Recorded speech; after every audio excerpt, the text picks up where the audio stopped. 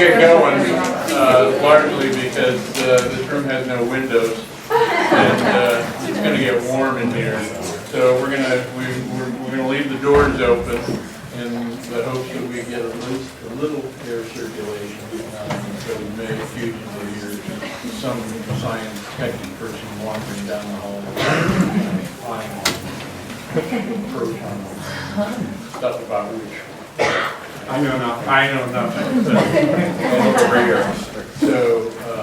So it's kind of fortuitous that today marks the beginning of the application period for the Naef Scholarship for next year. So you chose well. And I'll tell you a little bit about the Naefs and a little bit about the history of this particular lecture. So the Naef Scholars are a group of juniors and seniors at Seattle University in all colleges except science and engineering, because science and engineering managed to find a benefactor who funded them and nobody else. The nursing, MRC, arts and sciences and business people found a source of income, but she said we had to split. Well, actually, Father Sullivan said we had to split it all ways. So at any rate, the Naef Scholars have been in existence since 1983, and like I say, it's a scholarship that honors juniors and seniors who have demonstrated both by their academic achievement and by their service activities and potential that they are deserving of some support. So if you are a junior, the applications are now available in the dean's offices. You can get them at the CAC. You can at least take it. There will be posters up around campus as soon as I can rip the ones for tonight's talk down and put up the new information. So at any rate, it's a great group. I love working with them, and stick with it until they throw my ass out. At any rate, and I probably should introduce myself. I'm Dave Madsen.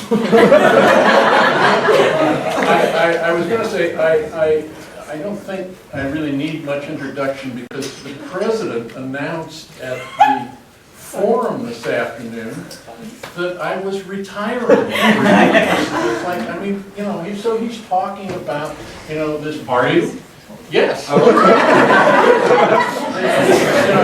talking about the big controversy, that's in the Spectator this week, and he's talking about the fact that they're going to build a new dorm. You heard this? They're going to build a new dorm in the pit behind the storage facility in Stumptown. So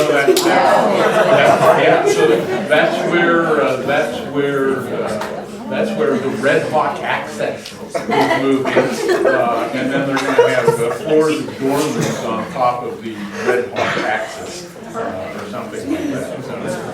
And they're trying to clear out the bookstore building because they're going to tear it down and build a new science building. So anyhow, he's talking about all this stuff, and then he starts talking about people who are retiring this year, and he says, oh yeah, and Dave Madsen's retiring in 3 years. It's like, who the hell cares? Anyway. So that's who I am.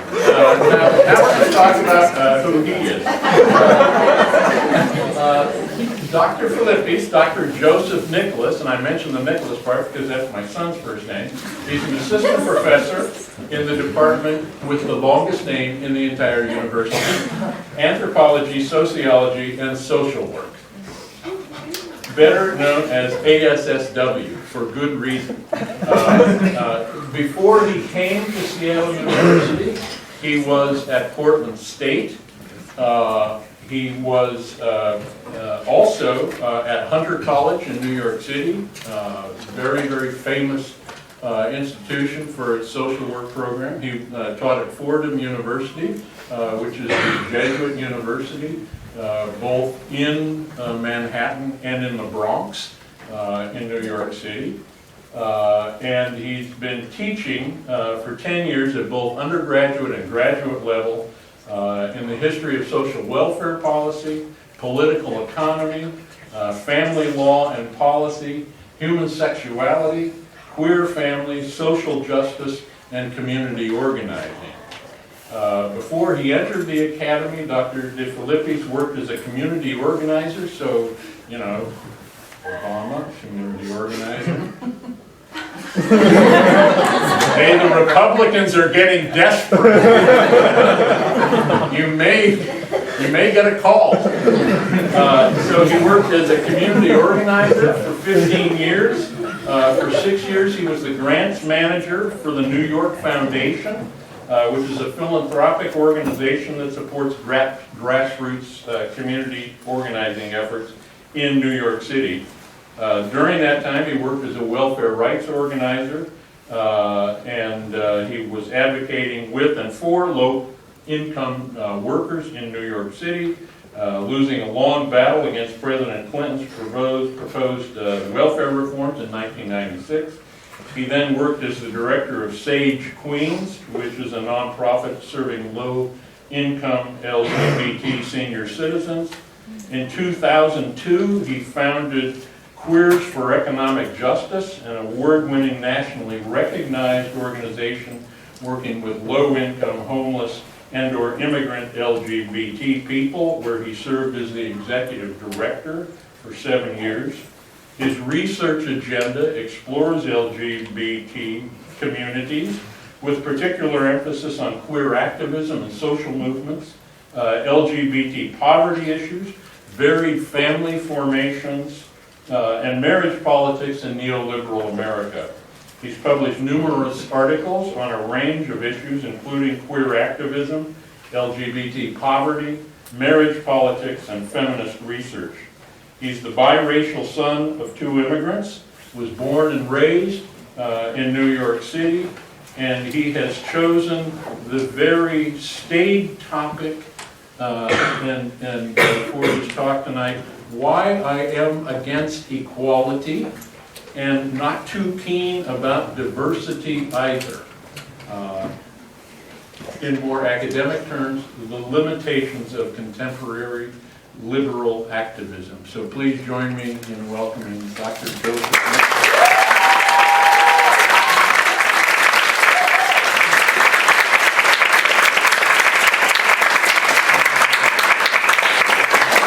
So thank you. I'm going to have Dr. Madsen do all of my introductions for the rest of my life. So that was amazing. So thank you. I want to thank the scholars who invited me. I haven't met most of you, but the 2 that I do know, I adore, and so I presume they had a hand in this debacle. So thank you, Calvin. I appreciate it.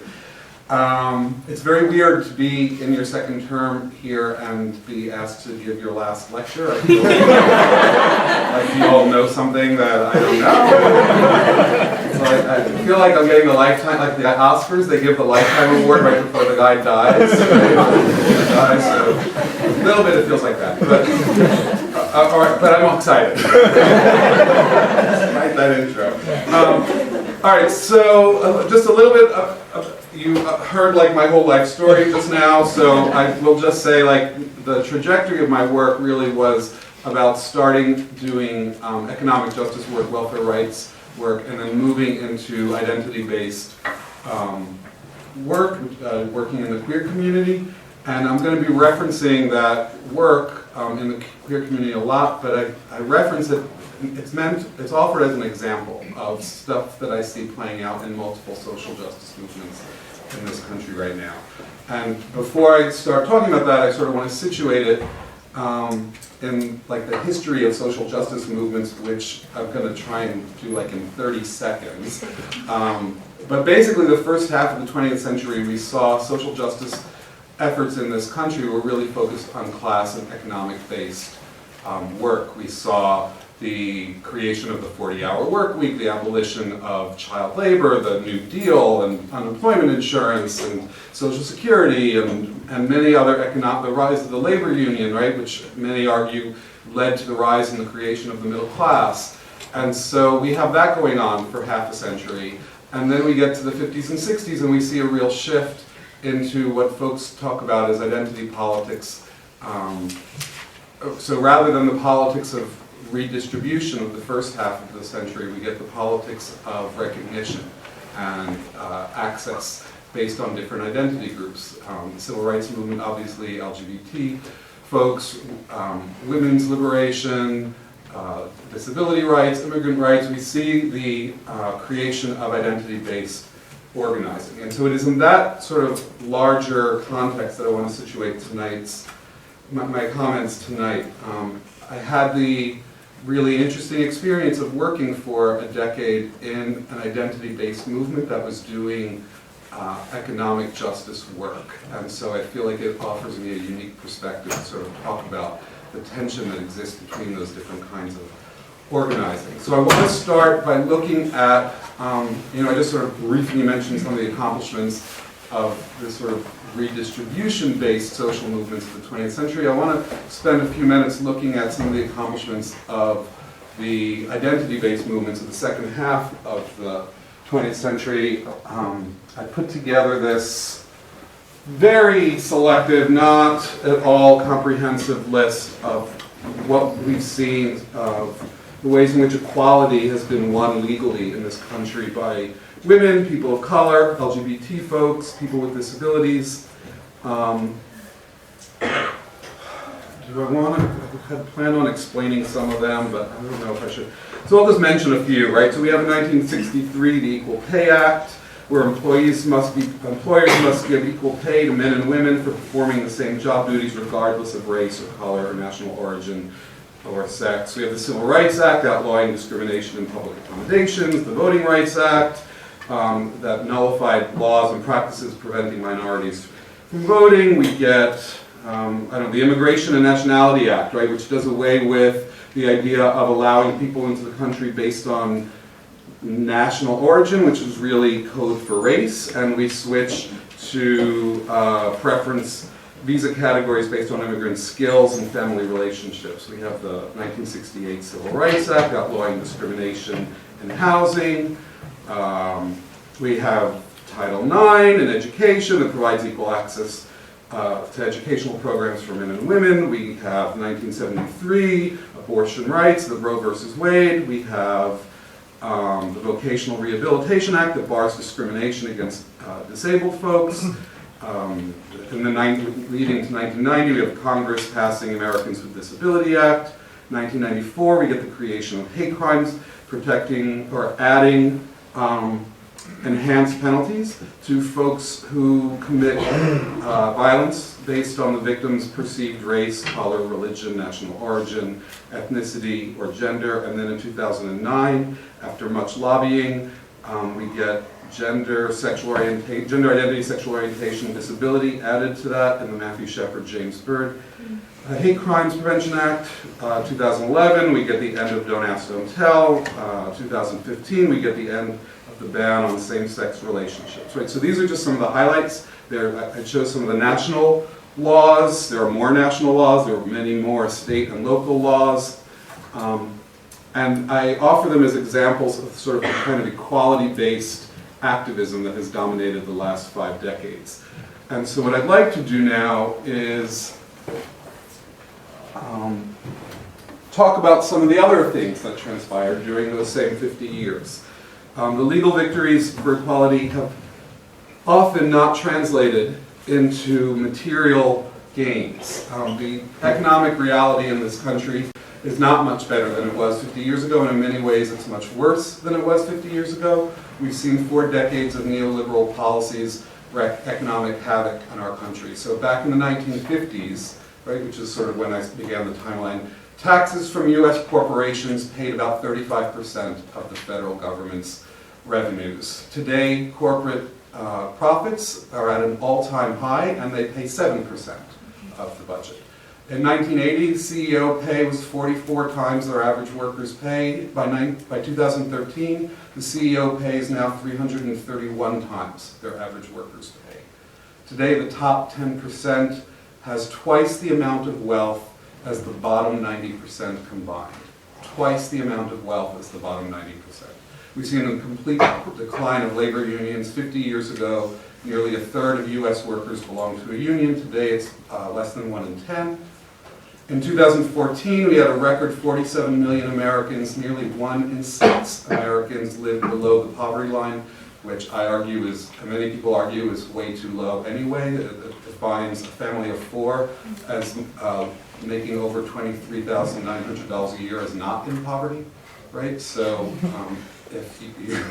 if you recognize that it's really low, we're talking about a lot more people in poverty. We also have seen the rise of extreme poverty. In 2011, about 20% of poor households with children, which is about 1.5 million households, were surviving on $2 or less per person per day in a given month.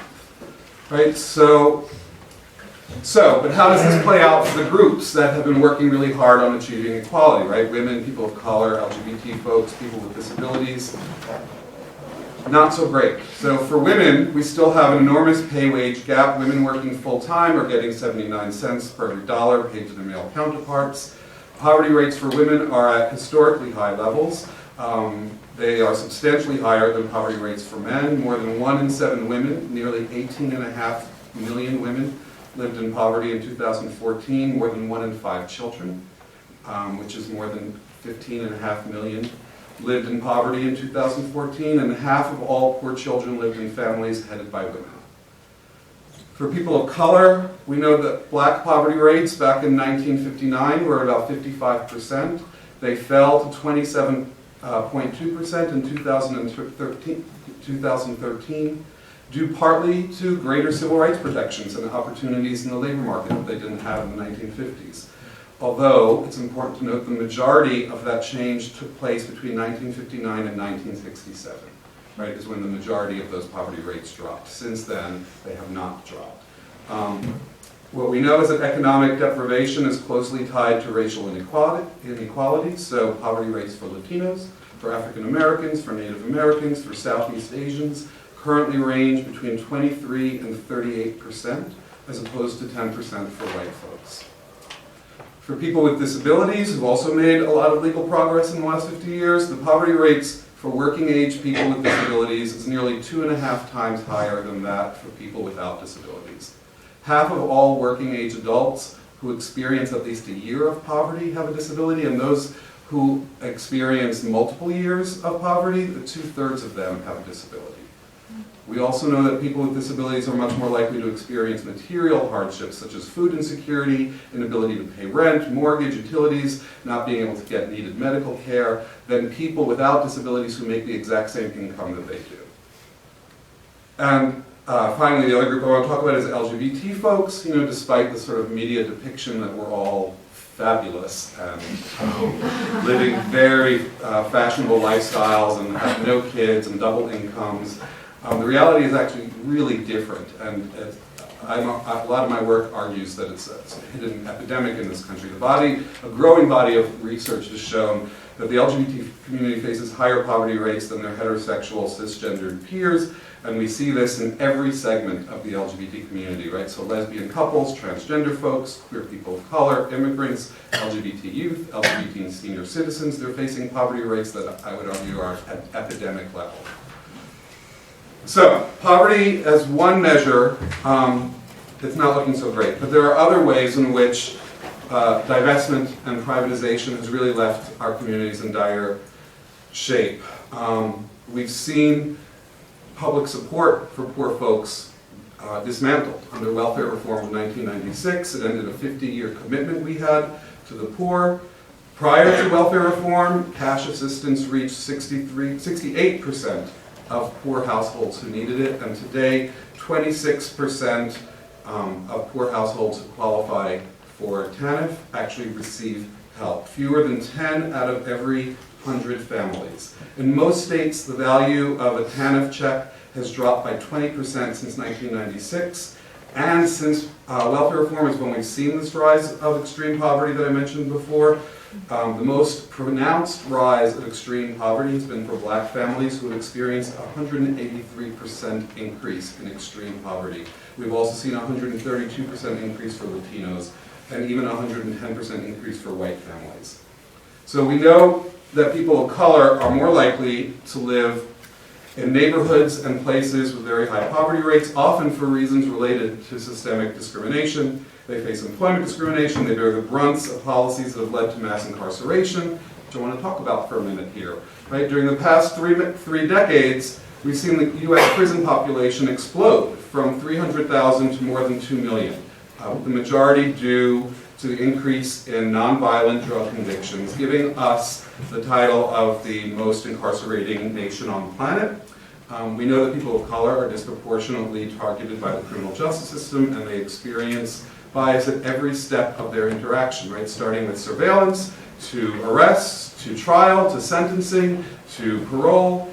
And it's not just people of color, right? We're talking about all these groups that have made progress. For women, in 1977, there were 11,000 incarcerated women. By 2004, that percentage had increased by, the number had increased by 757% to more than 111,000 women. And every year since 2004, it has increased. We all are well aware, thanks to the rise of social media and people's cell phones, the well-documented police violence against blacks that's been in the news the last couple of years. We also know that police violence targets other communities, right? Other people of color, particularly Native Americans, people with disabilities, particularly folks with mental health issues, queer folks, particularly transgender people. Material conditions facing our communities are dire, I would argue. We see Muslim men and women being attacked and murdered on the streets by civilians every day in this country. We've seen attacks on voting rights, right? We've lost ground on voting rights in many ways. We've lost ground on reproductive rights. We've seen the attempt to defund Planned Parenthood. We've seen the attempt to silence discussion on this campus. We know that in Louisiana, there is one abortion provider available in the entire state. We also know that housing, right? Millions of people, particularly people of color, lost their homes or their money, or both, thanks to predatory lending. So things are not good. And most of these issues, and virtually all of the growth in economic inequality in the United States has taken place since the passage of the Civil Rights Act in 1965, which means, as Walter Ben Michaels has said, not only that the successes of the struggle against discrimination have failed to alleviate inequality, but that they've actually been compatible with a radical expansion of it. Seattle University's own Dean Spade, a law professor, has said certain kinds of visible inclusion practices don't result in material gains. So you've got to ask, what is it about legal inclusion or legal equality frameworks that don't deliver the goods on the ground? I want us to move away from a conversation that's solely about whether we can get the law to say good things about us, to instead discussing how do we actually resolve material conditions. This disconnect between legal equality and material conditions is at the heart of my argument tonight, and I will be returning to it in a few minutes. However, I also want to discuss some other frustrations that I have with the pursuit of equality and anti-discrimination activism. One problem that has made me crazy in my activism is that equality as a framework does not question the institutions into which it is trying to seek equality. It is trying to seek equal access, right? In seeking equality and equal access, too many activists today fail to ask if the system into which they want access is a fair and just system to begin with. So, for instance, the military. And I have loved ones who have served in the military, so I offer the following comments with no disrespect to veterans and to folks serving, but to rather think critically about the institution under which they are working. There was a lot of activism to repeal Don't Ask, Don't Tell, and more recently there's been activism around the DREAM Act. These policies might make the world more fair for LGBT people or for immigrants, but they do so by strengthening the military. And although I'm very sympathetic to discrimination against LGBT folks or immigrants, I must ask, why should serving in the military be a pathway to citizenship for immigrants, or a route out of poverty for LGBT folks, or for anyone? Why should disenfranchised groups literally have to put their lives on the line in order to achieve access to things that half of us in this room take for granted? Scholar Tamara Knopper argues that the inclusion of undocumented immigrant youth in the U.S. military is not an ethical project, is a phrase she uses a lot, because it is offering up these undocumented youth to serve as mercenaries in exchange for certain rights. Nor is it pragmatic. By supporting the diversification of the U.S. military, we undermine radical democratic possibilities by giving the military state more people, many of whom will ultimately die in combat or develop PTSD or health issues. And I need to ask, where does the goal of being able to serve freely in the military fit in with the social justice agenda that is anti-war and anti-capitalist and anti-colonialist, rather, and anti-imperialist? Yasmin Nair, Ryan Conrad, and Karma Chavez in 2012 wrote, "The Don't Ask, Don't Tell repeal, the activism before it, and the celebration after it reflect mainstream gay and lesbian people's tacit acceptance and active promotion of militarism as a mechanism for national belonging. Not only does this then put gay and lesbian people in the position of accepting state violence as the conduit for their belonging, but it also reinforces the way in which certain gay and queer subjectivities are taken up in the name of imperialisms, as countries like the US now apply foreign policy pressure in the name of gay rights." In addition to the military, I would argue that hate crime legislation is another example of how pursuing equality fails to question the systems into which access is sought. Hate crime legislation has been pursued by the Anti-Defamation League to combat anti-Semitism, the Human Rights Campaign to combat homophobia, and many other national organizations. I've been the victim of hate crimes on more than one occasion. I understand all too well the problem of the epidemic of hate crimes in this country, and I don't for a moment dispute that it's a problem that needs to be addressed. But adding extended sentencing for those convicted of committing a hate crime was not the right solution. And I'm not alone in this opinion. In fact, hate crime legislation has been criticized for 2 decades by queers of color, while the mainstream gay rights movement continued to fight for access. Progressive queer activists argued that enhanced prison sentences that send convicted assaulters into the most homophobic institution on the planet is not going to do anything to solve the problem of anti-gay violence, right? They explain that white victims of hate crimes are going to be much more comfortable calling the police for help in the first place. But for people of color, or for transgender folks, or for sex workers, or for undocumented immigrants, or for a whole segments of our community, they have no reason to trust the police or to call the police in the first place. In addition, and I would argue most importantly, queer activists of color and their allies are concerned about the racist nature of the criminal justice system and do not want to turn for solutions to an institution that has structural racism embedded in it at every aspect, right? They're concerned that the national LGBT organizations, led, let's be clear, by white middle-class leaders and white middle-class funders, chose to embrace conservative, lock-em-up politics at a time in history when other social movements were actively working to disempower the criminal justice system or to dismantle it.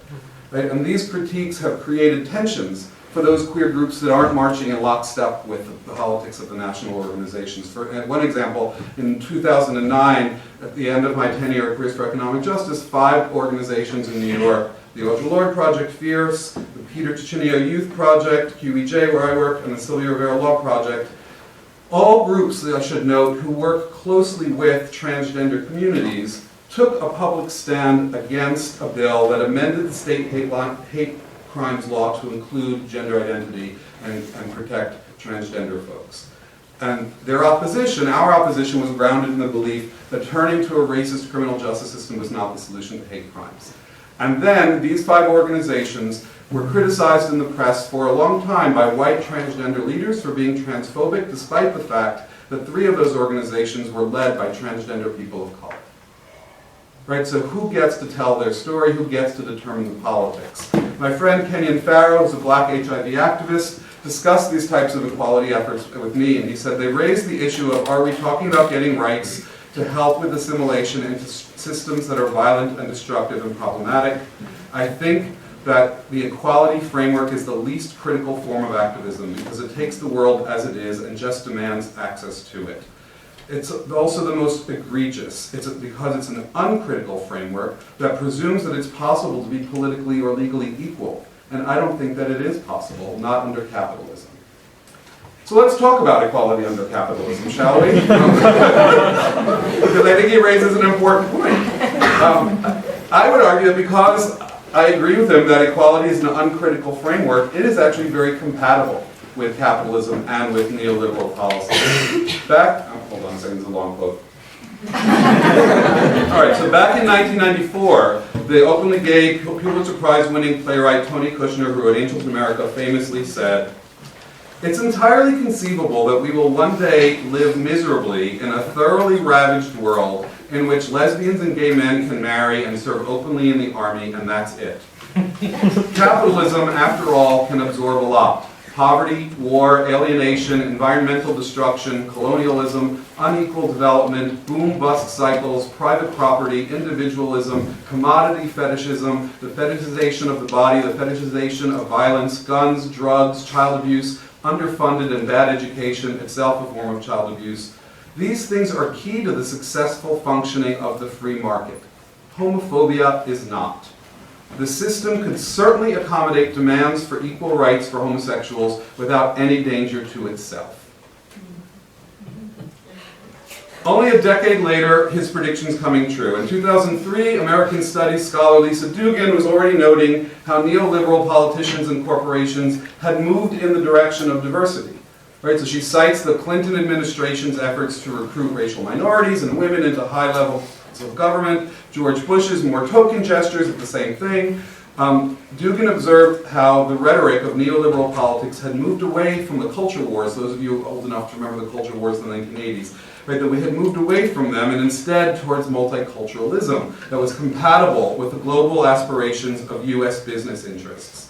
The culture wars didn't disappear, she argued, but receded into the background in favor of an emerging rhetorical commitment to diversity and to a narrow, formal, non-redistributive form of equality politics. So more recently, a friend of mine, Yasmin Nair, is a Chicago-based activist whose work includes a focus on immigration. She sort of critiqued this form of diversity and equality politics, and she argues that liberals like to approach, particularly this is like a bee in her bonnet, too, that liberals like to approach immigration battles in particular by focusing on the personal identities and poignant narratives of immigrants. And she writes, "The problem here is that in the shadow of neoliberalism, identity, whether it's gender, ethnicity, race, or sexuality, has become separated from the pressing workplace issues that define us as workers. Under a neoliberal framework, your identity as part of a social and cultural group will be protected more readily than your rights as a worker. If your coworker calls you a derogatory name that insults your heritage, sexuality, gender, or race, he or she may be punished swiftly and perhaps even face a termination of employment. But if you get injured on the job or fired without notice, the chances of any retribution for the same are difficult to impossible." She says this has far-reaching implications in terms of how we conceive of immigration rights and the fact that we prefer not to think of immigrants as, that we prefer rather to think of as immigrants as persons with stories, not as workers. And that the focus on personal identities blinds us to the fact that immigration today is about the quest for cheap labor and that the immigrant is primarily a worker caught in that quest. And I quote her because I agree that the focus on identity has obscured and replaced our focus on labor and economics and class. And I see this, you know, I've been fighting with friends on Facebook about the primaries and the elections, and I've been thinking about, it's sort of an argument that I've been having with some people about Hillary Clinton. Reminds me of gender and sexuality scholar Jane Ward argued that corporate feminism, as exemplified in the example she provides, is Martha Stewart's do-it-yourself synthesis of business savvy and domestic individualism, offers consumers personal and local empowerment gained through, and this is her quote, gained through global exploitation, inhumane treatment, and low pay of women workers. Right? So I personally would extend that same argument today to Hillary Clinton's popularity. To me, she represents perfectly the limitations of the equality framework. She is breaking ground, absolutely, for a certain kind of woman, and she is doing it at the expense of poor women of color, here and abroad, whose lives she made much worse or ended through her efforts on welfare reform, prison expansion, warmongering. But for a certain group of women that I'm fighting with on Facebook, of a certain class and race, she represents the triumph of equality politics, and to me she represents the triumph of neoliberal equality over justice. And this turn away from economic concerns to exclusively focusing on identity-based equality concerns This was considered a problem for years. In the civil rights movement in the 1960s, Dr. Martin Luther King's last book, 1967's Where Do We Go From Here? Chaos or Community, he basically argues that poverty is not caused by discrimination. He says, in the treatment of poverty nationally, one fact stands out. There are twice as many white poor as Negro poor in the United States. Therefore, I will not dwell on the experiences of poverty that derive from racial discrimination, but will discuss the poverty that affects white and Negroes alike. Right? So he's not saying, he says that there is poverty that derives from racial discrimination, but he is saying that that is not the cause of all poverty. Right? He argues that the largest number of poor people in the US are white folks, and that their poverty is real too, and it is not the function of racial discrimination.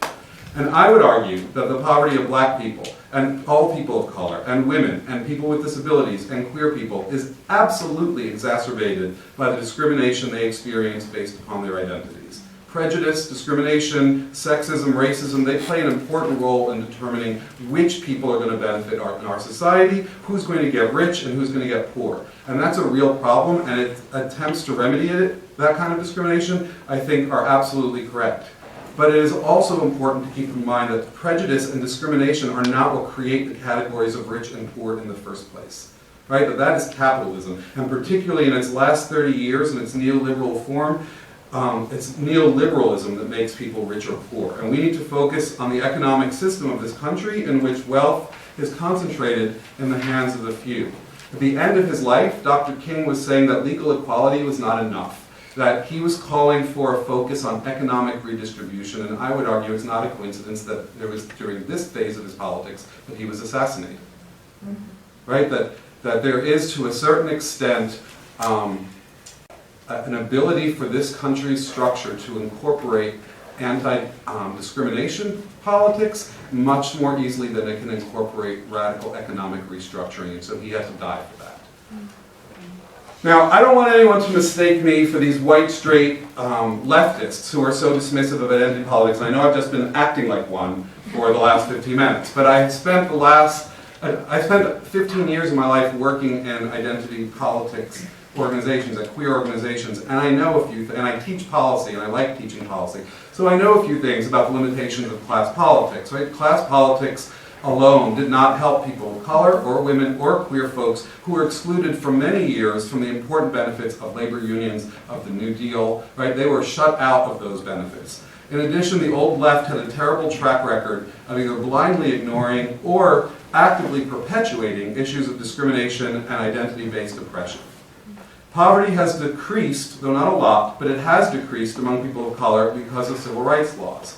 And I would also argue that today there's many identity-based discriminations and oppressions in existence that are not about money, that are not about class. Black folks being shot by the police is not, I would argue there's a little bit about class in there, but it's largely about race. Attacks on women's ability to self-determine what to do with their body and access to reproductive justice and reproductive rights, that's not about capitalism as much as that's about sexism, right? So there are pieces of the work that remain that are about identity and are about the need to organize around identity.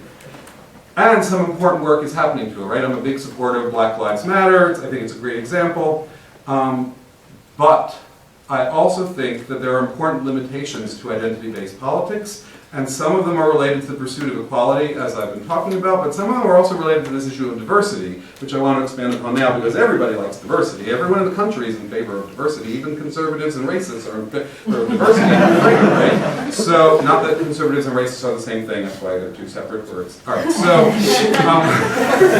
our enthusiastic celebration of diversity in this country, I would argue, masks the growing inequality that I was talking about earlier. That growing inequality is actually particularly hardest on the people who've seen the greatest gains in legal equality and diversity efforts, right? Women, people of color, queer folks, people with disabilities. American literary theorist Walter Ben Michaels argues that diversity has allowed elitism to remain unchecked. For example, one example he uses a lot is talks about elite colleges, that they, through affirmative action efforts and other efforts, diversify the elite. But it does nothing to challenge the basic concept of wealth disparity in the first place and economic oppression. Diversity merely mixes up the colors of the people at the top. and that the goal should not be to try and diversify the elite and thereby, of course, diversify everyone else. The goal should be instead to try to reduce and minimize and, I don't know, perhaps eliminate altogether the difference between the elite and everybody else. And that I would argue that American liberalism today is partially responsible for the increase in inequality. Michaels argues that the exclusive focus on problems of diversity and discrimination and legal equality has meant a few things. One, that liberals are much more interested in redistributing respect than they are in redistributing income. Worse, that it has helped economic inequality to grow unchallenged because we've moved the focus away, right? So we are now measuring different things. And we're measuring legal equality and diversity as the gauge that constitutes success. And the focus on diversity in recent decades has played a fundamental part in allowing us to ignore the huge economic gap that has grown in the same decades. And that focusing on discrimination means that not only does inequality remain intact, but it also gets legitimized because now the inequality isn't the result of discrimination. Right? We've been working so hard to reduce legal discrimination, so if it exists, it's not the fault of discrimination, it's just the natural way of things. Right? And apparently, he's very snide, he says, apparently American liberals feel a lot better about a world in which the top 20% are getting richer at the expense of everyone else, as long as that top 20% includes a proportionate number of women and African Americans. The result, he argues, has stunted resistance to neoliberalism. I want to return to Jane Ward, who similarly contends that diversity efforts have allowed people to believe that justice and equality have been achieved. We see a black president, we see female millionaires, right? And these the real inequalities that exist in our country are masked by diversifying a few people at the top. She also makes a different argument that corporate America only embraces diversity of race, class, gender, and sexuality when it is predictable, profitable, rational, or respectable, and that it actively works to suppress diversity when it is unpredictable, unprofessional, messy, or defiant. She argues that activists behave the same way, that liberal social justice activists engage in the same thing. She focuses her work on looking at LGBT organizations and describes the political strategy of the mainstream movements over the last 30 years as one of the suppression of difference while pretending to embrace diversity. Right? So she argues that this distance is gay from abnormal and specifically from queer, and instead it positions gays we're just like you. Right? How many of you have heard that argument or made that argument that gay folks are just like you and me? And claiming that the only difference between heterosexuals and gays and lesbians is the small issue of sexual orientation, and that consequently we deserve all equal rights because we are just like you. Just like you argument is the opposite of an argument for diversity, and it is deployed by folks in the pretense of pursuing diversity. Right? The mainstream gay rights movement has also engaged in what Shane Fallon called a flight from strangeness, politically and socially distancing themselves from bisexual, transgender, and queer folks. Ward argues that gay activists employ instrumental conceptualizations of difference, privileging those forms of difference that have the most currency in a neoliberal world, and stifling difference that can't be easily represented, professionalized, or commodified. And in my 15 years of activism, I saw this happening all the time. I see it happening in other movements. I would argue, and I see it happening in other communities. I would argue that when Bill Cosby starts lecturing black folks about the appropriate way to be black and the inappropriate way to be black and engages in these politics of respectability, to me that highlights how some forms of diversity are more privileged than others, right? Or the DREAM Act, right, that clearly divides good immigrants from bad immigrants. You go serve in the military, you go to college, you're a good immigrant, you can stay here. Other immigrants, you're bad immigrants. We don't want that kind of diversity in our country. We're going to send you back. So these critiques are not new.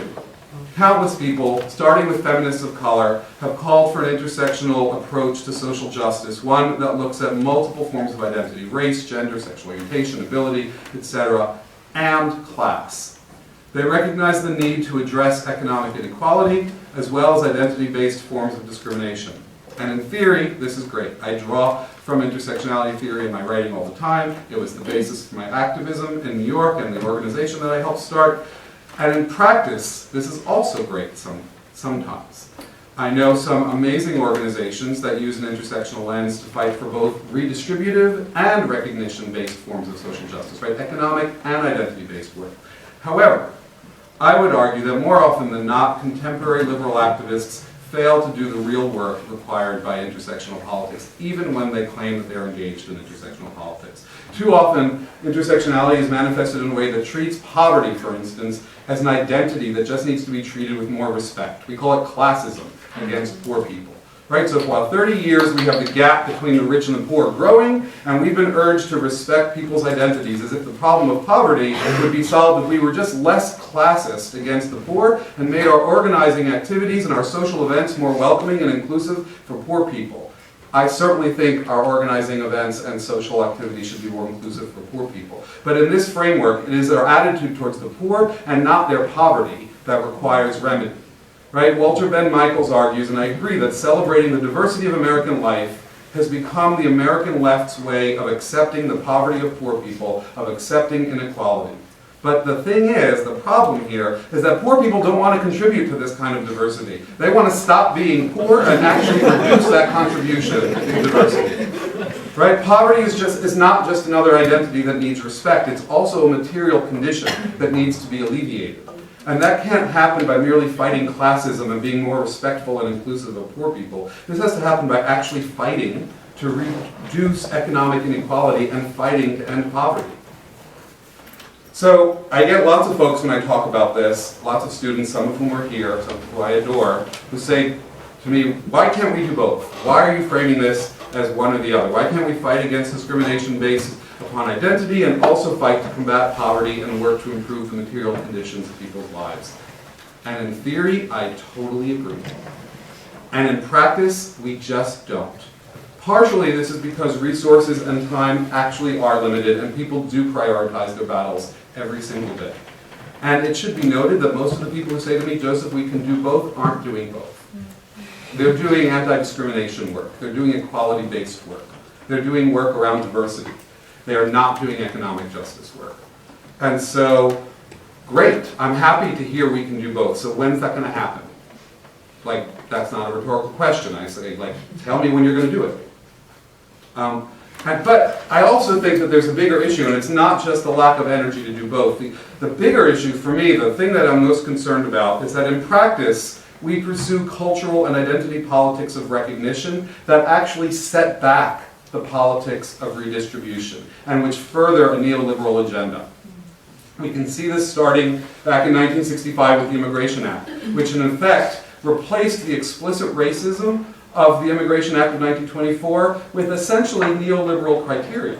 Before 1965, you could come to the United States, it was based almost entirely on racial or national criteria. We did away with the racism, which is good. But let's be clear that we replaced it with a system that gave priority to high-end specialized professionals, often from certain parts of Asia, who benefited our economy in a certain way, and to low-income people, often Latino, who took low-paying jobs which benefited our economy in another way. So, on the one hand, yay to the end of explicit racism, and it's also worth considering what we actually replaced it with. Right? The policy built on racism was replaced by a policy built on capitalism. Now, I'm not an immigration expert, so I want to shift to another example and end my talk by focusing on this example I know a lot more about, which is the fight for gay marriage. For me, this is the quintessential example of how liberals pursue cultural and identity politics of recognition that actually, it's not just that they ignore politics of redistribution, it actually sets that back and furthers a neoliberal agenda. Assumptions are made all across the country, and certainly when I meet somebody for the first time, the assumption is made that all LGBT people prioritize gay marriage, but actually there have been really ugly battles within the movement for 20 years about this issue. And the battles were over a number of issues. I'm going to just sort of give you the highlights. One was that there were huge fights about the choice by national gay rights groups to prioritize marriage over other life and death issues, right? Including this epidemic of poverty that's facing the community, that we poured all of our resources. Other groups that weren't focusing on marriage were literally defunded and shut down.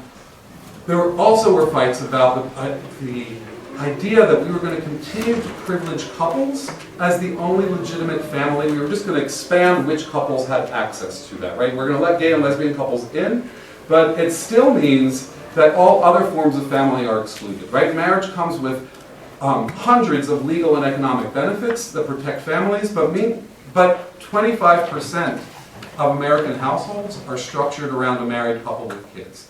right? We're talking about 75% of households aren't built that way. So why are we still protecting families around this marriage framework? What about the other 75% of households? What about grandparents raising grandkids? We've seen that as the fastest growing household form in this country in recent decades. Immigrants living with cousins or in-laws or whatever, when they come, statistically they live with their relatives, extended family for 2 or 3 years at a time, at a minimum. What about Golden Girls households, right? I know some of you are too young to know the Golden Girls, but those of you who don't know the Golden Girls, A, watch it. I'm a gay man, I have to say that. And it's actually a very fast-growing household form of senior citizens living together in a country where women are outliving their husbands, where divorce among women over the age of 55 has like doubled in recent decades, where in a country where labor is mobile and children move away from the town in which they grew up to take jobs somewhere else.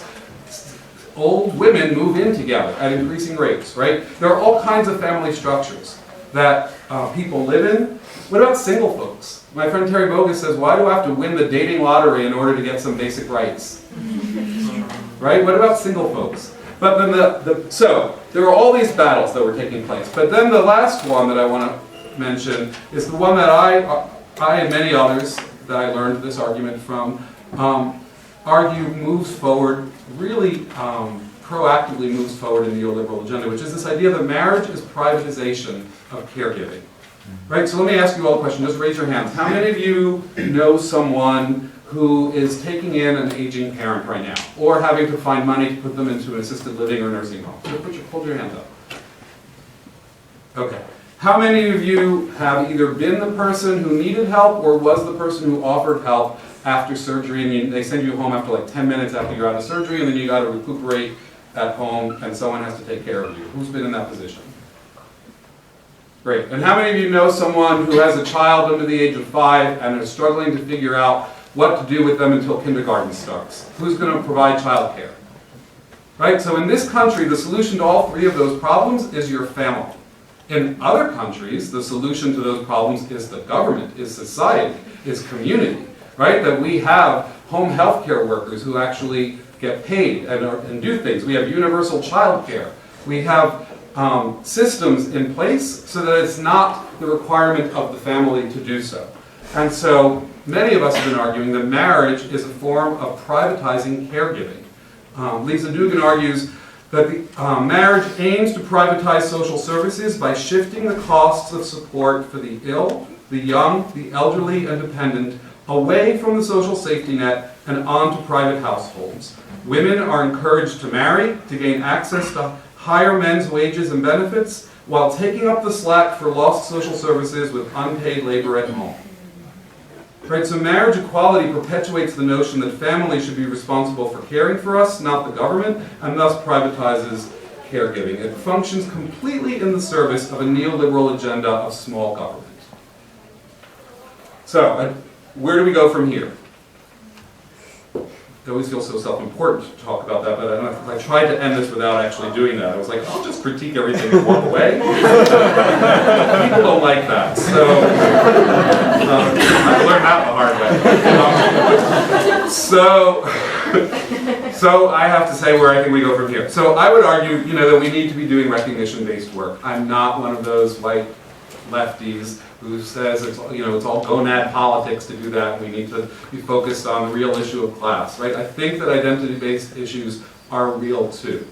And we need to be focused on redistribution. And I'm frustrated that when I feel so strongly that we need to be doing both, and everyone always says to me we could be doing both, that we aren't doing both.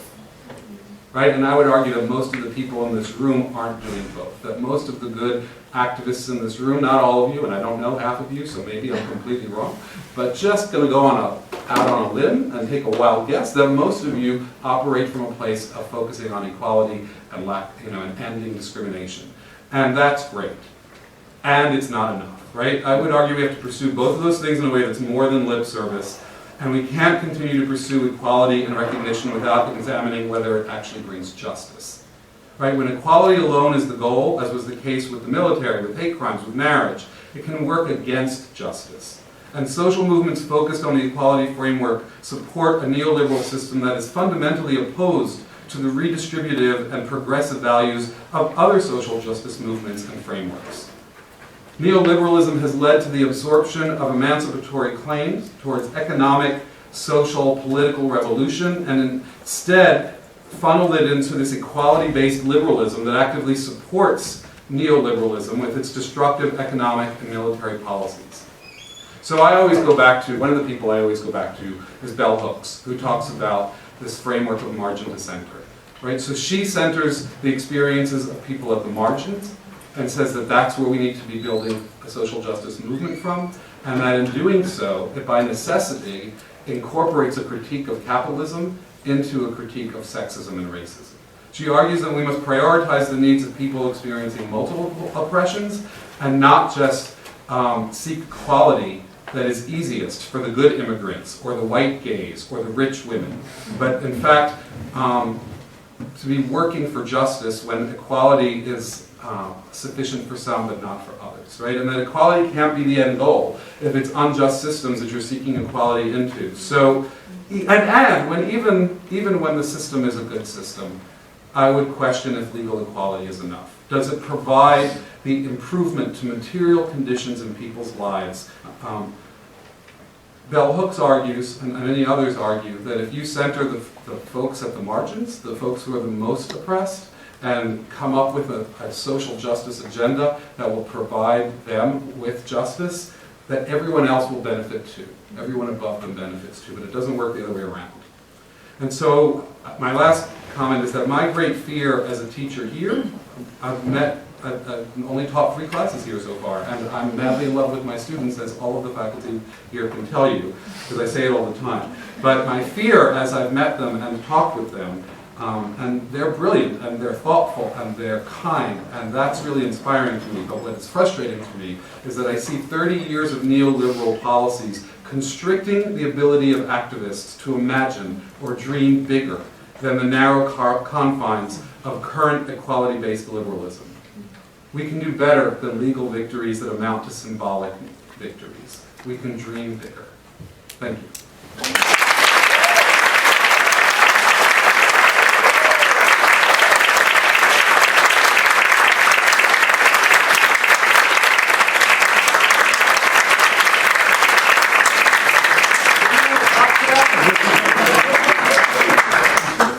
So, I would love to hear thoughts. I expect that some folks are annoyed and others are curious, so I'm happy to hear comments or questions or thoughts.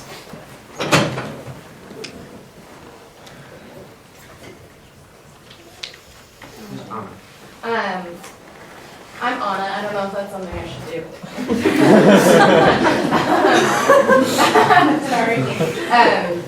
I often find myself, and now I'm thinking about it more, but I often find myself trying to normalize, in my experience, I'm often trying to normalize the experience of having a disability. And I often say everyone has abilities and disabilities, and it's a normal thing, and therefore working against this whole diversity paradigm, I guess, could be a way to put it. But what would the alternative be? Because as of now, steering into the difference isn't giving us more access into like the labor market. So I feel like normalizing is the first step, but I just wanted to hear what you had to say.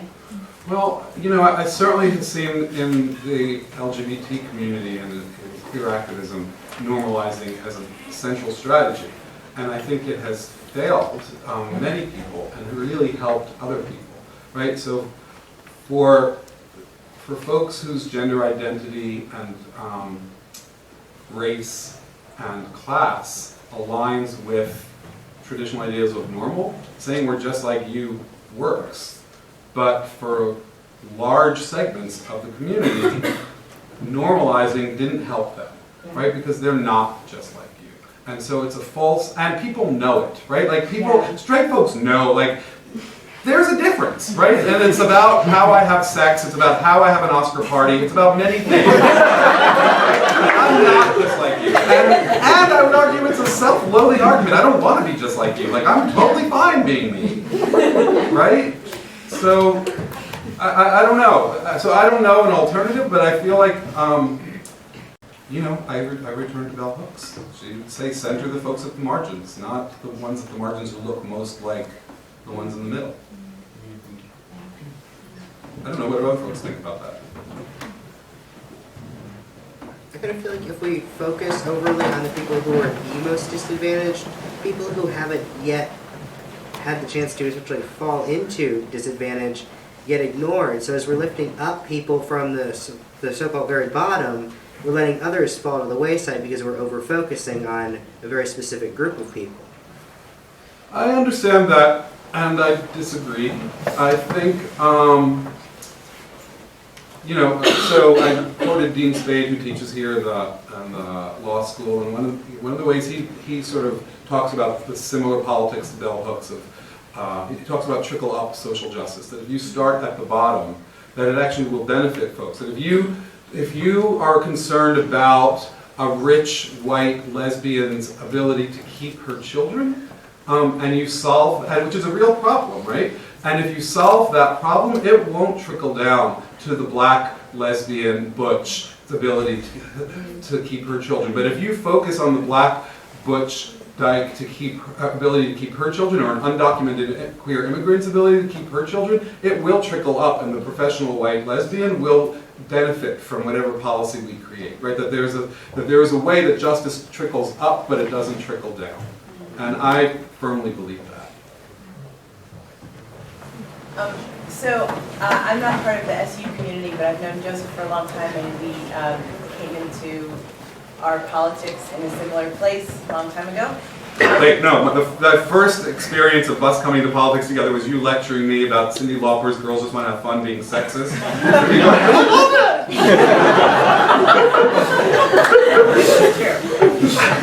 But Joseph, I have a question for you, and it's interesting to me. I'm an architect, and I am the president of a company, and I'm in a field that has traditionally been very male-dominated. My class of students 20 years ago at University of Washington, master's students, was half women. The number of women who are actually CEOs or presidents of architecture firms, the number of firms that have women as leaders is 11% or 12%. Young women architecture students don't need tons of protection. They are not at the margins in that sense of what you're saying. But I'm interested because a lot of the people here are young women, and I'm interested in how the idea of merit not necessarily slices through identity, and that idea of identity blind movement into places that have traditionally not had a lot of diversity, for lack of a better word. And I'm thinking of everything from a symphony orchestra to an architecture firm to whatever. So my question is, how does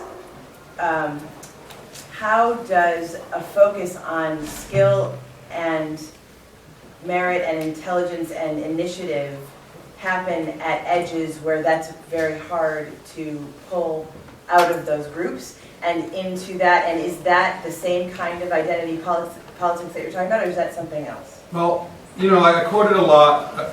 Some of these ideas that I talked about tonight were from Walter Ben Michaels, and who's really critical of the idea of diversity. And one of the things he's really critical of is affirmative action and how it's played out. And I disagree with him about that, right?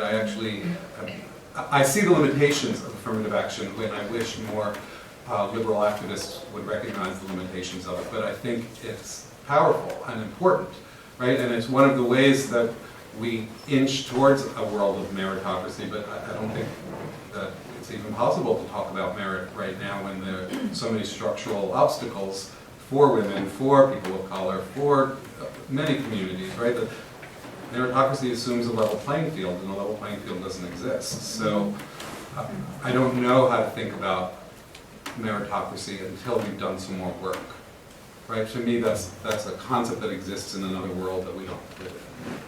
I don't know if I'm dodging your question, but... Well, I just think it's interesting because there's a place for emergence that is based on finding the smart people in places where they don't have access to those spaces. You and I went to what would be considered an elite organization, this elite school, this is an elite school. There's a lot of people here who are here outside of what would be the normal financial rubric of being here, right? And so that question of where those people can get pulled into and whether all of those places to get pulled into are bad or whether some good work can happen from those places. I certainly think good work can happen from there. And I also think it does still mask the fact that these are elite schools in the first place, right? So diversifying the elite doesn't serve to make the world more equal and to make us live in a fair economy. It just changes the color and gender of some of the folks who have the privilege of being here.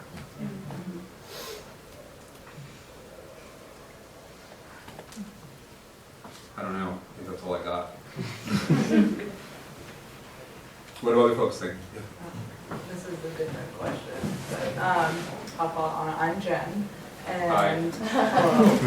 I guess my question is, SU has a really big focus, and kind of the thing that everyone always pulls back to is diversity, and how does this university pull diversity? And it's like a buzzword around here that if you can pull that into a paper, you can talk about it in class like you've hit your mark.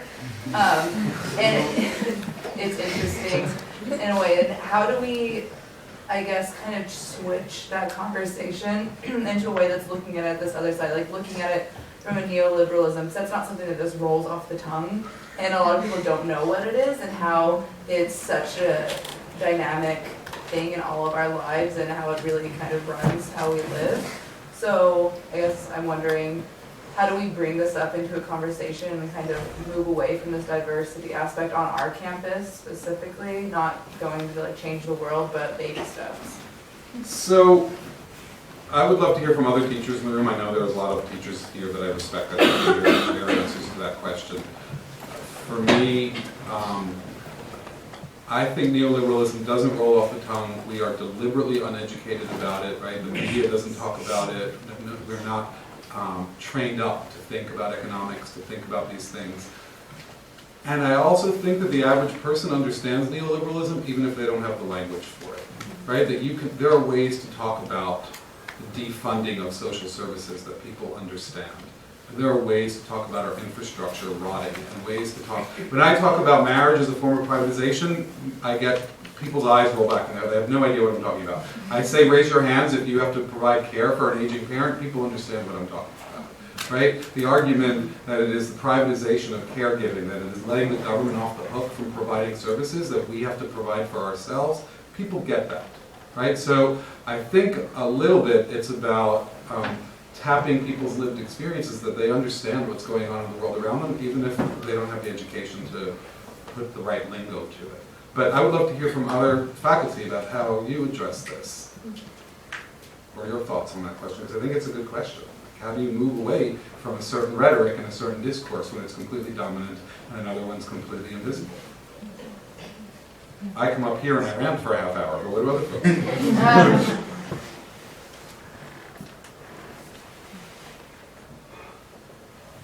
Or not. Let's actually, yeah. Well, first of all, I'm not really sure if we, meaning academic institutions in general, do even diversity very well. I argue, even after how many years of shouting diversity, I doubt we do very well. I would agree with that. Yeah, we still don't have campuses that are truly diverse in terms of whatever. And somebody talked about meritocracy. How meritocracy works for white women is very different than how it works for people of color. So I think there's a different way of normalizing and distributing goods. White males look at white women and see sisters, and that affects how things are distributed, how the relationships are forged, and how through relationships, because a lot of our goods are distributed through relationships, right? So that's a different process. I wanted to sort of insert that. But in terms of diversity, going back to that, I'm wondering if part of it is that we are talking about diversity purely in terms of somehow, I don't know when this happened, you probably could tell me, something happened between 1960 and 2015, somehow diversity seems to, in people's mind, equal justice. Social justice is diversity, and diversity is social justice. And somehow that aspect of justice is representation. So if you have, rainbow coalition, that's the social justice world, right? And somehow forgetting there's other aspects of justice, right? There's a distribution, there's a process, all sorts of things, right? So I'm wondering, one way is for us, teaching type people, to change the discussion is to address multidimensional world of justice rather than just representation. I'm wondering if that's one of the ways in which we can somehow get out of that diversity equals justice equals representation sort of trap. That's one idea. Kind of related to that, I was just thinking about how, like, as students, like, this is an elite institution, right? Like, we're all, like, in the class system, we're all pretty privileged by being here.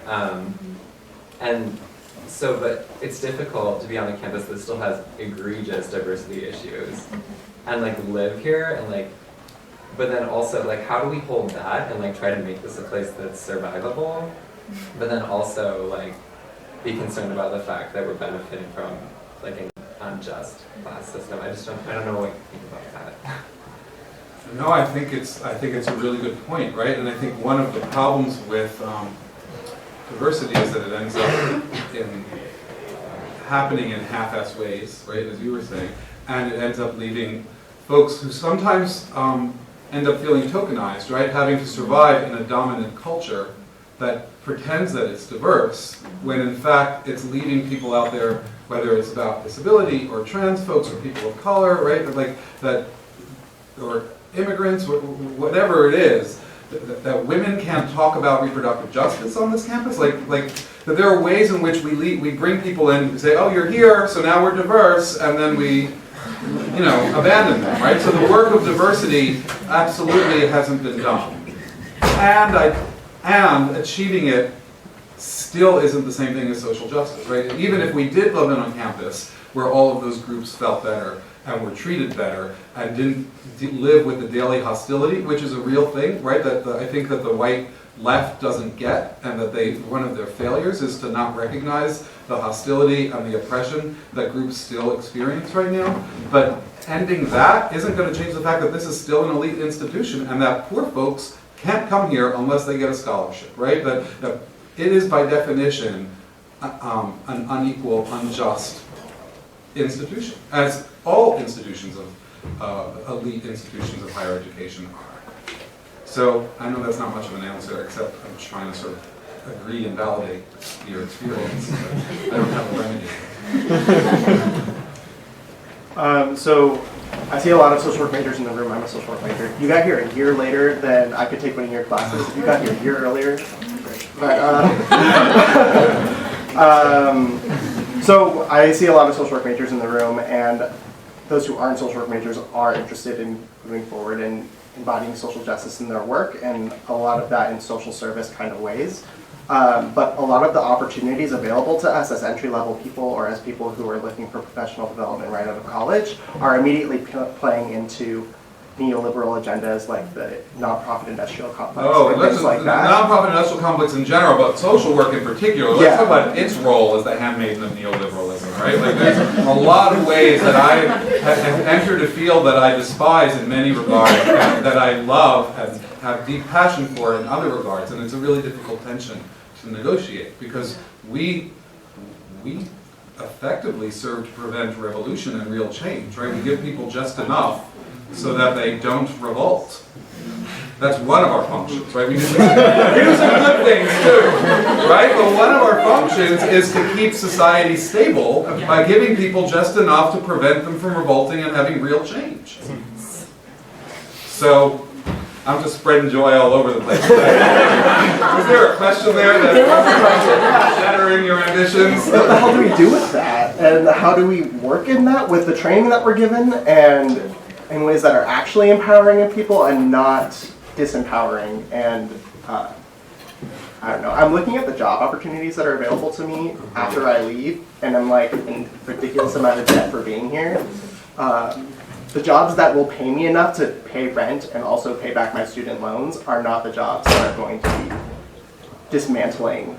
Well, so I would argue that that's not limited to social work. I mean, I'm happy to have a conversation about social work, but right, the issue of student debt in this country, right, well, let's talk about, so yay, let's diversify the campus and let's keep an elite institution where we're going to give people degrees that half of you are not going to be able to get a decent job with. Anyway, you're going to be paying back debt. My parents went to the City University of New York for free, right? And then people of color started going and they started charging tuition. Coincidence? You decide, right? But there were major protests happening in New York at the time because when the immigrants who are now going looked different than the immigrants who used to go to the City University of New York, they started charging tuition, right? We've seen that education in this country, I'm older than most of the people in this room, but I'm not like 100 years older. My education at an elite institution that I went to with my friend Alyssa decades ago was expensive then, but it's nothing compared to what that institution charges today, compared to what this institution charges today. And we've done a huge disservice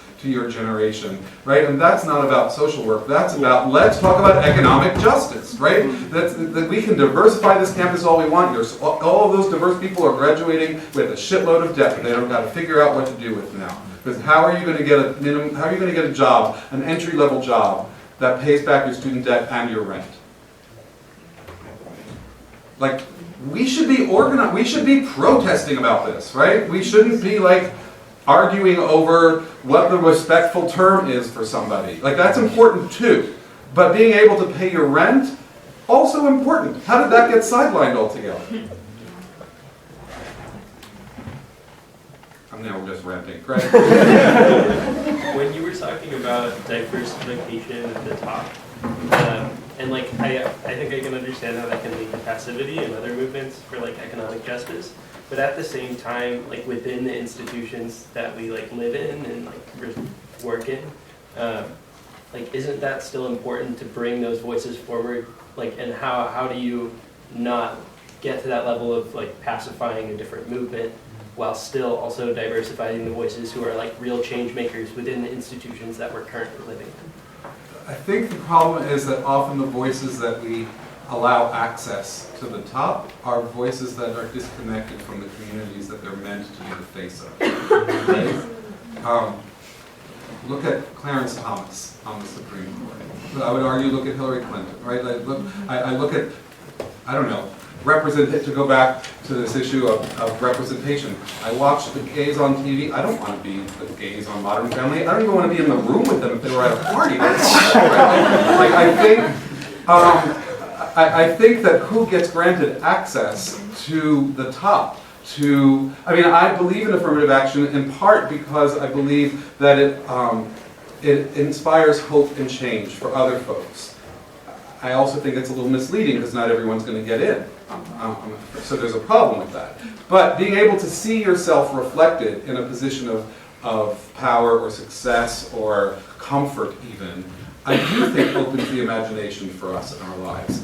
Unfortunately, I think it plays out in ways where I have many black friends who have a lot to say about never wanting to be Clarence Thomas, right? I know many queer folks that never want to be Andrew Sullivan, that never want, like, but there's, or HRC. I was on a first date like 5 years ago with someone. I walked in and they had that fucking HRC equal sign sticker on the wall. I was like, this date's over. I cannot get into you at all with that thing facing me. So like there's a way that the folks who represent us are not representing the communities, right? They're representing a particular version of that community. I'm Koji.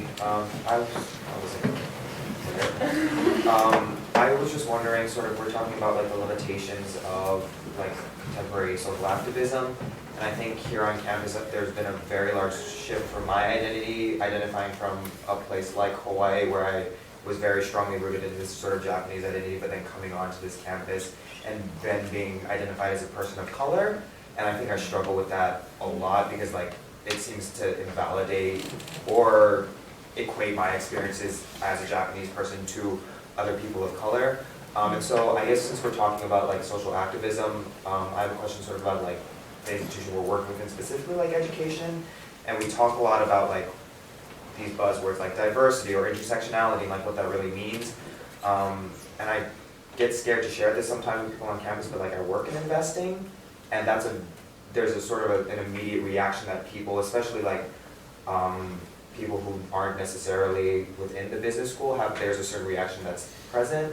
But it seems that like if we're talking about like how intersectional all of these fields are, and we're talking about how important economic justice is, do you think like our education system as it currently stands with this idea of like you major in something is doing an adequate job at preparing us to use those skills and then actively change the larger system at play? Like I talk with some of my friends who aren't necessarily business people, and you mentioned like GDP and they immediately cringe, right? Like there's that sort of reaction that happens there. So what is your take sort of on like what education looks like in terms of intersectionality as it currently stands?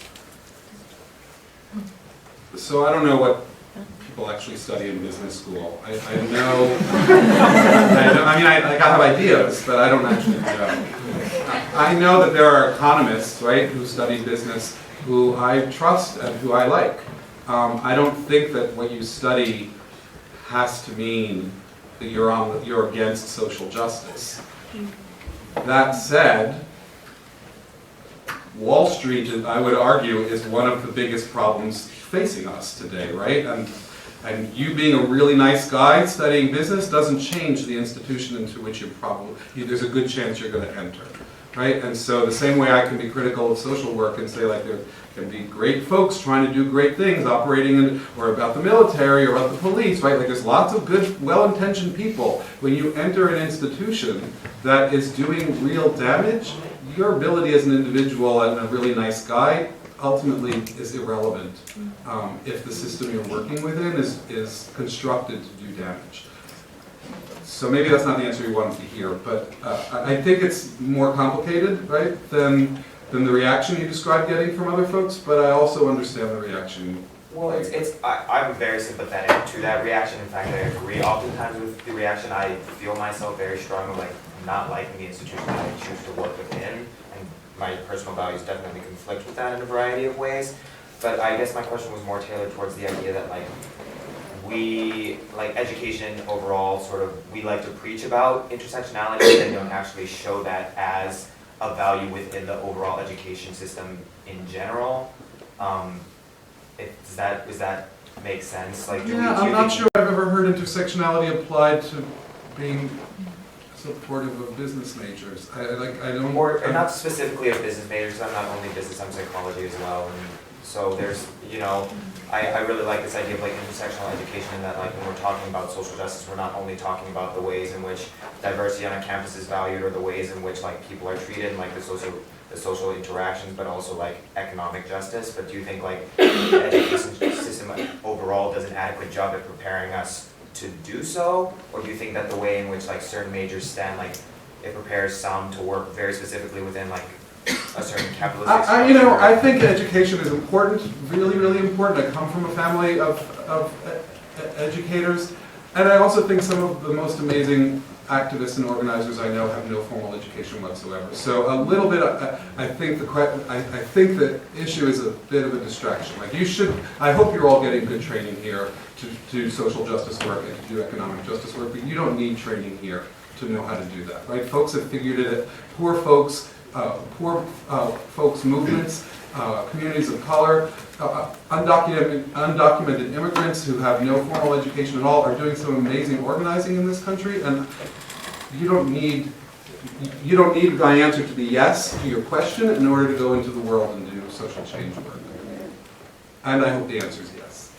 Rachel, you had your hand up. First I want to just acknowledge that you may have struck some fear into the hearts of people sitting here, and we now need to run home and look at all of their posters and see if it's going to be a deal breaker for some first date. What's going on here? So I have a question, and maybe I'm asking this with our students in mind. I want to be clear about what you're saying and what you're not saying, because I think it would be I think it would be mistaken. I'd like to know what you're saying about this, Joseph, about saying that the ways in which some race and gender and sexuality and disability politics have been produced and interpreted in, as Hae-Kyung was saying, in the last 50 years since the Civil Rights Movement, the way that they have been produced has been to turn them into a superficial kind of product for consumption, right? This is your whole argument about diversity, right? That it has become a kind of superficial buffet of multiculturalism. And there's really good literature in the 90s about how this emerged if people are interested in that. And I just want to be clear that I think at least the Black Lives Matter movement or reproductive justice movements all around the country are very much invoking race and gender and other kinds of issues too, not in a way that's just identity and not redistributive, right? Black Lives Matter is entirely a redistributive movement that is linking the politics of race with the politics of structural change. I think reproductive justice movements at their best are doing that too.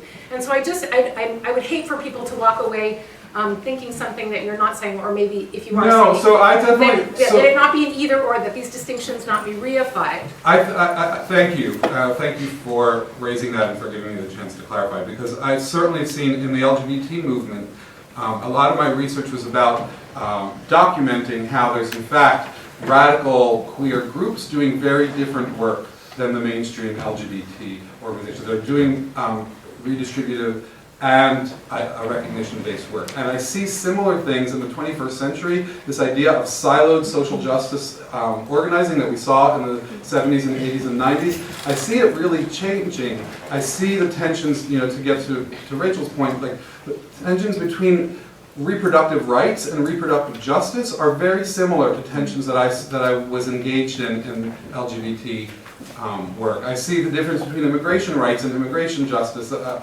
comprehensive reform, the difference between criminal justice reform and prison abolition, right? Like these are real tensions that exist in many social movements right now, and I would argue that there are many racial justice, reproductive justice groups that I think are doing the kind of crappy anti-discrimination, single issue work, and that there are also many that are doing really complicated, nuanced, magical work, in my opinion, and that I see the worst expressions of it and the best expressions in every social movement that I've paid attention to, right? And I think that there are tensions, and they end up competing for resources, and they end up competing for setting the agenda, and we're going to have to, each of us in this room that are interested in those issues are going to have to stake a flag in one side of that battle or another, because those battles are taking place, I would argue, in just about every social justice movement happening right now. Did that address Yeah, thank you. I think we are in agreement, and I just want to offer up the language, since it may have been interpreted as economic justice versus these other things. What I'm hearing you actually say is that the more actually intersectional these movements are, the more likely they are to handle both, to do both a kind of identity justice and redistributive justice. And a shortcut for looking for that is to find different threads of intersectionality that are being woven together. Is that? Absolutely. Is that Yeah. I think it's time that we let you off the hook.